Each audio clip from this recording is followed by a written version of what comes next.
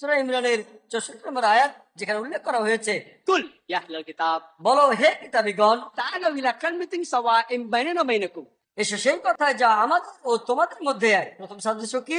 ألا نعبد إلا الله আমরা আল্লাহ ছাড়া কারো ইবাদত করি না, ولا نشرك به شيئا আল্লাহর সাথে কাউকে শরীক করি না। ولا يتخذ بعضنا بعضا أربابا من دون الله আমরা আল্লাহ ব্যতীত আমাদের মধ্য থেকে কাউকে ঈশ্বর বলে গ্রহণ করি না। فإن تولوا যদি তারা মুখ ফিরিয়ে নেয়, فقولوا اشهدوا বলো তোমরা সাক্ষী থাকো بأننا مسلمون যে আমরা মুসলিম, আল্লাহর কাছে আত্মসমর্পণ করি। যখন আমরা অমুসলিমদের সাথে কথা বলি, কোনো সমস্যা হলে قولوا اشهدوا তোমরা সাক্ষী থাকো যে আমরা মুসলিম, আল্লাহ তাআলার কাছে নিজের ইচ্ছাকে সমর্পণ করি। এরপর পবিত্র কোরআনে সূরা হজের ৭৮ নম্বর আয়াতে উল্লেখ করা হয়েছে যে আল্লাহ আমাদের নামকরণ করেছেন মুসলিম। সব মিলিয়ে পবিত্র কোরআনে ৭টি আয়াতে বলেছেন আল্লাহ তাআলা নিজেদের মুসলিম বলো, قل বলো তোমরা মুসলিম, বলো তোমরা মুসলিম। পবিত্র কোরআনে সূরা ফুসিলাতে 33 নম্বর আয়াতে উল্লেখ করা হয়েছে। এরপর সূরা জুমারের 12 নম্বর আয়াতে উল্লেখ করা হয়েছে, সূরা ইমরানের 64 নম্বর আয়াতে উল্লেখ করা হয়েছে, সূরা বাকারার 136 নম্বর আয়াতে উল্লেখ করা হয়েছে, এরপর সূরা আম্বিয়ার 108 নম্বর আয়াতে উল্লেখ করা হয়েছে, সূরা কাসাসের 53 নম্বর আয়াতে উল্লেখ করা হয়েছে, সূরা আনকাবুতের 46 নম্বর আয়াতে উল্লেখ করা হয়েছে। পবিত্র কোরআনের 7টি জায়গায় আল্লাহ বলেছেন বলো যে তোমরা মুসলিম, তোমরা বলো যে তোমরা মুসলিম। তাহলে মতভেদটা আসছে কোথা থেকে? তারা চারজনে বিখ্যাত ইমাম, ইমাম আবু হানিফা, ইমাম মালিক, ইমাম শাফি, ইমাম আহমদ ইবনে হাম্বল। আমরা তাদের ভালোবাসি, সবাইকে শ্রদ্ধা করি, সবাইকে সম্মান করি, তারা বিখ্যাত বিশেষজ্ঞ। কিন্তু আমরা যদি এই ইমামদের জীবন কাহিনী পড়ি, তাহলে তাদের কথাগুলো আমরা বুঝতে পারবো সত্যিকার ভাবে। যদি ইমাম শাফির জীবন কাহিনী পড়েন, ইমাম আবু হানিফার জীবন কাহিনী পড়েন, তিনি আগে এসেছেন। তিনি জন্মেছিলেন 701 খ্রিস্টাব্দে সি খ্রিস্টিয়ান এরা, আর মারা গেছেন 767 খ্রিস্টাব্দে সি হিজরি 150 হিজরি সালে।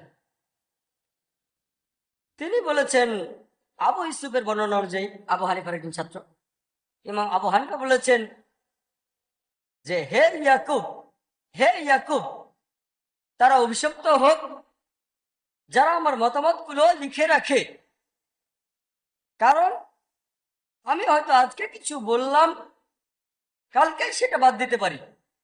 হয়তো আগামীকাল একটা মতবাদ দেব, পরের দিনই সেটা বাতিল করব।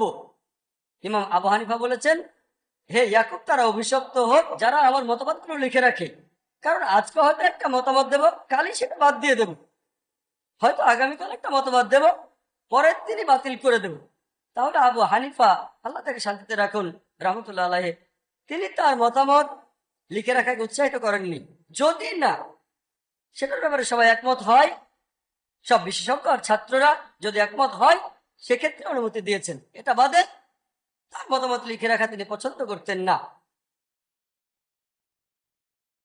আর ইমাম হানিফার একজন ছাত্রের কথা অনুযায়ী জুফার, তিনি বলেছেন যে ইমাম আবু হানিফা, তিনি বলেছেন যে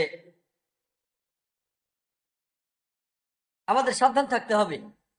আমাদের মতামত, আমরা তো মানুষ, সেজন্য ভুল হয়ে যেতে পারে। আমি আজকে যে মতটা দিয়েছি, আবু হানিফা বলেছেন, বর্ণনা দিয়েছেন আবু হানিফার একজন ছাত্র জুফার, যে আমি লোকজনকে নিষেধ করি কোনো প্রমাণ ছাড়া মতামতটা প্রচার করতে, যে মতামতটা আমি দিয়েছি। আবু হানিফা বলেছেন যে আমি লোকজনকে নিষেধ করি কোন রকম প্রমাণ ছাড়া তারা যেন আমার মতামতগুলো প্রচার না করে। কোনো প্রমাণ ছাড়া আমার মতামতগুলো প্রচার করো না, আমার ফতোয়াগুলো অন্যদের কাছে প্রচার করো না। তার মানে যদি আপনি কোনো প্রমাণ না পান, তাহলে ইমাম আবু হানিফার মতামতগুলো প্রচার করবেন না। তিনি লোকজনকে নিষেধ করেছেন যদি তারা কোনো প্রমাণ না পায়, তাহলে ইমাম আবু হানিফার মতামতগুলো যেন প্রচার না করে। এটা বলেছেন ছাত্র জুফার। এরপর আরো দেখবেন যে ইমাম ইবনে আব্দুল বার্ক, ইমাম ইবনে আব্দুল বার্ক, তিনি লিখেছেন, তিনিও একজন শ্রদ্ধেয় ইমাম। তিনি বলেছেন যে আবু হানিফা বলেছেন, ইমাম আবু হানিফা বলেছেন যে সহিহ হাদিসই আমার মাযহাব। যদি তোমরা সহিহ হাদিস খুঁজে পাও, সেটাই আমার মাযহাব। যদি তোমরা একটা সহিহ হাদিসে পাও, সেটাই আমার জীবন দর্শন, সেটাই আমার মাযহাব। আর আবু হানিফা রাদিয়াল্লাহু আনহুর এক ছাত্র মোহাম্মদের কথা অনুযায়ী বলেছেন, আবু হানিফা বলেছেন যে ইমাম আবু হানিফা বলেছেন, যদি আমার কোনো একটা ফতোয়া, তাহলে শরিয়ার মধ্যে, ইসলামিক শরিয়ায় সবচেয়ে গুরুত্বপূর্ণ ক্যাটাগরি মোট 4টা। এর মধ্যে সবচেয়ে গুরুত্বপূর্ণ পবিত্র কোরআন, আল্লাহ তাআলার কালাম। যদি কোনো কিছু খোঁজেন আর কোরআনে না পান, তাহলে পরের হচ্ছে চলে যাবেন, সেটা হচ্ছে হাদিস, সহিহ হাদিস, আমাদের নবীজির হাদিস। হাদিসগুলোর মধ্যে নবীজি যে নির্দেশগুলো দিয়েছেন সেগুলোর গুরুত্ব তার কাজের চেয়ে বেশি। যদি নবীজির কথা আর কাজে পার্থক্য থাকে, কথার গুরুত্ব বেশি। তৃতীয় উৎস, সেটা সাহাবীগণ, ইজমা। 3টা প্রজন্ম, সাহাবীগণ, তাবেঈন, তাবে তাবেঈন, ইজমা। সাহাবীগণের কয়েকজনের মতামত, সেটা একজনের মতামতের চেয়ে বেশি গুরুত্ব পাবে। তারপর তাবেঈন, তাবে তাবেঈন। আর একেবারে শেষ উৎস হলো কিয়াস। যদি প্রথম উৎস থেকে কিছু না পান, কোরআন পেলেন না, হাদিসে পেলেন না, তারপরে এই 3টা প্রজন্মের জীবন কাহিনীতেও কিছু পেলেন না, তখন ব্যবহার করবেন কিয়াস, সাদৃশ্য দেখে অনুমান করা। তাহলে শরীয়তে 4টা জিনিস আছে, পবিত্র কোরআন, সহিহ হাদিস। কোন সহিহ হাদিস কোরআনের বিরুদ্ধে যাবে না, কোরআন 1 নম্বর, তারপর সহিহ হাদিস। এই হাদিসগুলোর মধ্যে কাজের চেয়ে কথার গুরুত্ব অনেক বেশি, নবীজির নির্দেশের গুরুত্ব তার কাজের চেয়ে বেশি। তারপর 3 প্রজন্মের রেখে যাওয়া দৃষ্টান্ত, সাহাবীগণ, তাবেঈন, তাবে তাবেঈন, একজনের চেয়ে কয়েকজনের মতের গুরুত্ব বেশি। তারপরে হলো কিয়াস। আমরা এই নিয়মটা মেনে চলবো কোরআন আর সুন্নাহ। কিন্তু সব গ্রুপই তো বলে আমরা কোরআন এবং সুন্নাহ মেনে চলি, কেউ তো বলে না যে তারা কোরআন সুন্নাহ মেনে চলে না। এখন কোরআন আর সুন্নাহ মানবো কিভাবে? যেভাবে আমাদের নবীজি আর সাহাবীগণ বুঝেছিলেন, 3 প্রজন্ম যেভাবে বুঝেছিলেন। সাহাবীগণ বলেছেন যে আমাদের নবীজি মুহাম্মদ সাল্লাল্লাহু আলাইহি ওয়াসাল্লাম বলেছেন, সেরা প্রজন্ম হলো আমার প্রজন্ম, তারপরের প্রজন্ম, আর তারপরেরটা। তাই যদি কোনো মতভেদ দেখা দেয় যে কোরআনের অমুক আয়াতের অর্থ কি হবে, আমাদের দেখতে হবে সাহাবীগণ সেটা কিভাবে বুঝেছিলেন।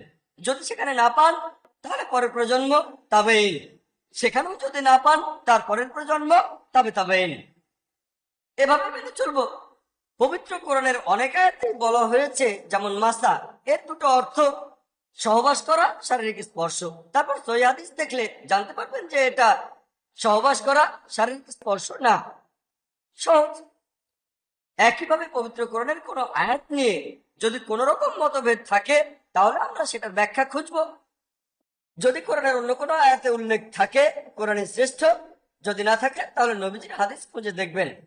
যদি সেখানে না পান, তাহলে দৃষ্টান্ত দেখবেন সাহাবীগণ, তাবেঈন আর তাবে তাবেঈন। শেষ। তাহলে প্রমাণের জন্য হুজ্জা আর কোরআনকে বোঝার জন্য, হাদিস বোঝার জন্য আমাদের সামনে পথ দেখাবেন আল্লাহ এবং তার রাসূল, তারপর সালাফিস সালেহিন। আমরা এইভাবে মেনে চলব। এছাড়াও পবিত্র কোরআনের অনেক আয়াতের 2টো অর্থ হতে পারে। যেমন পবিত্র কোরআন সূরা বাকারায় আছে, আল্লাহর পথে যারা নিহত হয় তাদের মৃত বলো না, বরং তারা জীবিত। অনেকে বলবে তাহলে তো তারা বেঁচে আছে, তাদের সাথে কথা বলতে পারবো। এখন এই শহীদরা যদি জীবিত হয়, তাহলে আমাদের নবীজি বেঁচে আছেন। খুব সুন্দর যুক্তি। কিন্তু সাহাবীগণ এটা কিভাবে বুঝেছিলেন? তারা কি ধরে নিয়েছিলেন যে নবীজি বেঁচে আছেন? তারাই কবর দিয়েছেন। তারা নবীজির জানাজার নামাজও পড়েছেন। যুদ্ধের ময়দানে যখন মুসলিমরা শহীদ হয়েছেন, সাহাবীগণ তাদের জানাজার নামাজও পড়েছেন। জীবিত কারো জানাজার নামাজ কি পড়া যায়?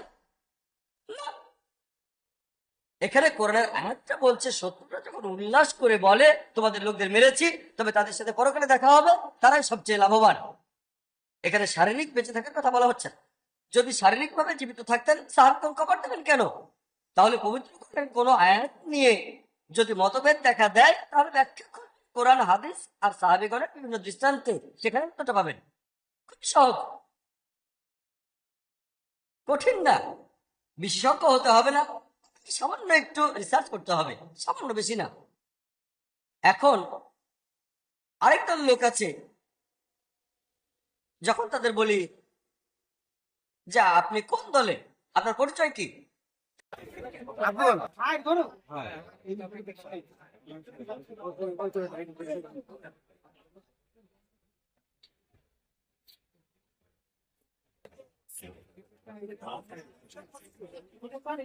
একটু কামাকে দিন।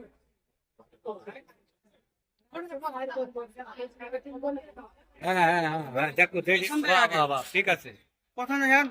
কোনো খুঁত হলে নিতে হবে না বিটা তোমার। হ্যাঁ বয়স কমে। দাঁত তো এটা আছে খালার কারণে কুরবানি করবে ওগুলো দাঁত নটিনে বলে হ্যাঁ দাঁত উঠিনি বলে দোকানকার দাঁত ওই গরুগুলো রাখ দোকানকার দাঁত শোনা এনে ছেলেকে টাইকে গাড়ি না বলে দাঁত দাঁত টাইকে এনে সব গাড়ি দাম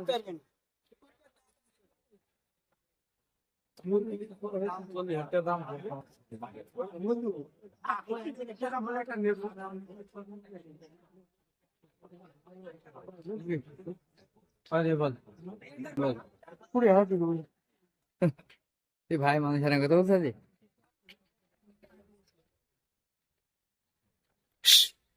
দাম বলছে না। লাভাতের প্যাকেটটা নিচে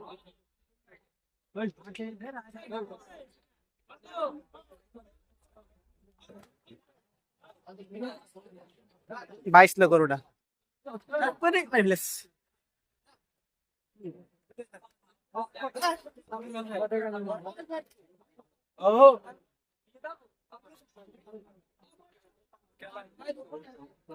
ওই কারণে কিছু হবে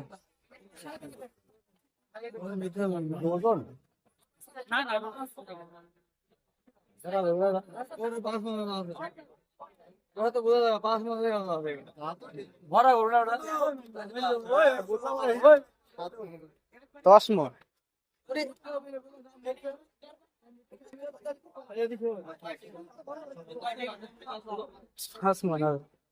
এই যে গাইস গরু, এই যে গরুর ল্যাজ, আর এটা হলো জসিম গরুর ল্যাজ নিয়ে দাঁড়িয়ে আছে। এই যে আমাদের জীবন ভাই গরু কিনতে গেছে। বুঝলো কি রে, বুঝলো কি?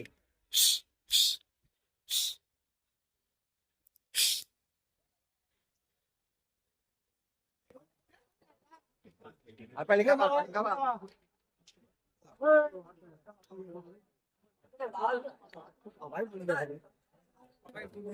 হ্যাঁ তোমরা বললে হবে না আমরা বললে হবে না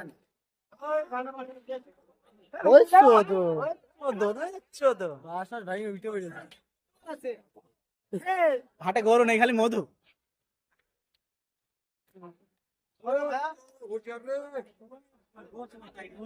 2,80,000 দেবো, 2,80,000 হবে না? 2,80,000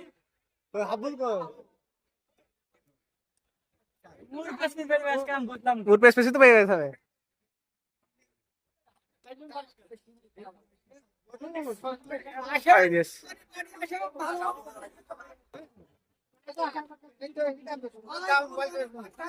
রেডি বাইন্দে ওই খুঁড়ির প্রান্ত থেকে এলো আপু লাইছো 250 টাকা নেবে না খালি তুমি এই রাস্তায় আসো বুঝছো আমি তো নাম দেখো কাইতে বানবা দাম কত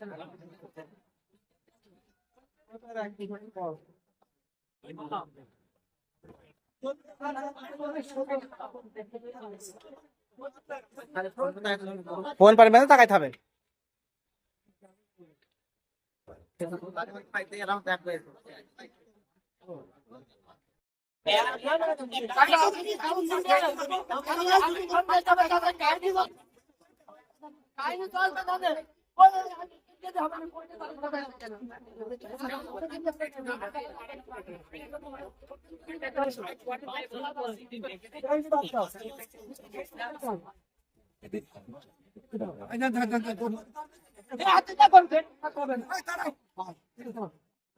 তুমি কি করবে দাম হেবে কে দাও সেটি করলো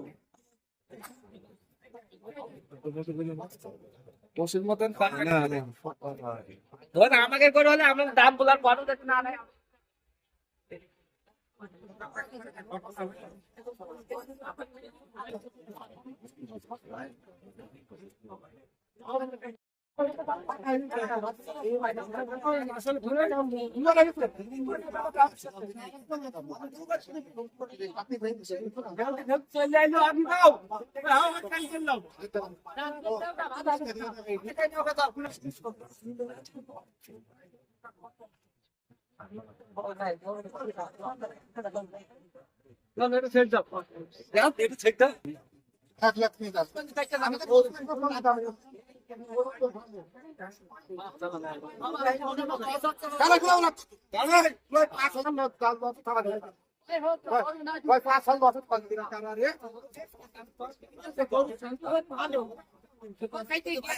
হবে না হয়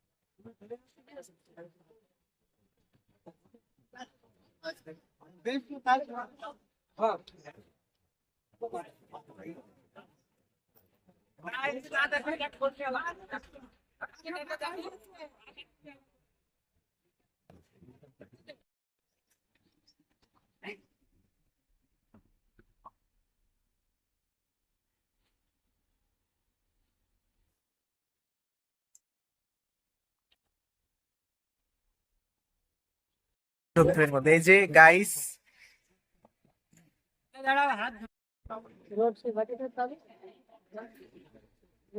আরে কি তিরাক হইলে তো এই তো ছাগল বসাতে এদিক ঝুলবে কই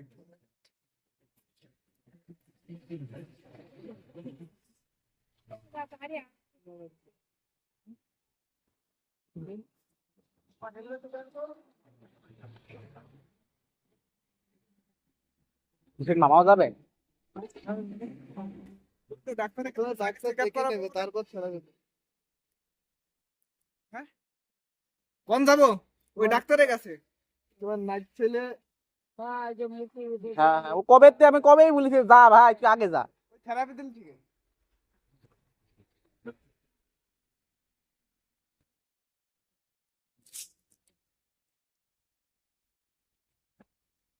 গলা বলা শুকিয়ে গেল দেখবে হ্যাঁ বিরান হাতে ঢুকিয়ে যাবে না গলা ঠান্ডা করার জন্য কি জানি